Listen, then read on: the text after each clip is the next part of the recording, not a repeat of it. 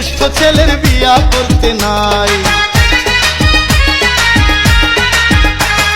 বৈশাখেতে দারুণ গরম রইদে পুইরা যায়, জ্যৈষ্ঠ মাসে জ্যেষ্ঠ ছেলের বিয়া করতে নাই। শ্রাবণ আর আষাঢ় মাসে বারে বারে বৃষ্টি আসে, জ্বর হতে পারে জানিস না। আমারে ভুল বুঝিস না ও মাইয়া, আমারে ভুল বুঝিস না। কি করে করমু বিয়া 12 মাসে জ্বালানিয়া, সে জ্বালাই তুই জ্বলিস না। আমারে ভুল বুঝিস না ও মাইয়া, আমারে ভুল বুঝিস না।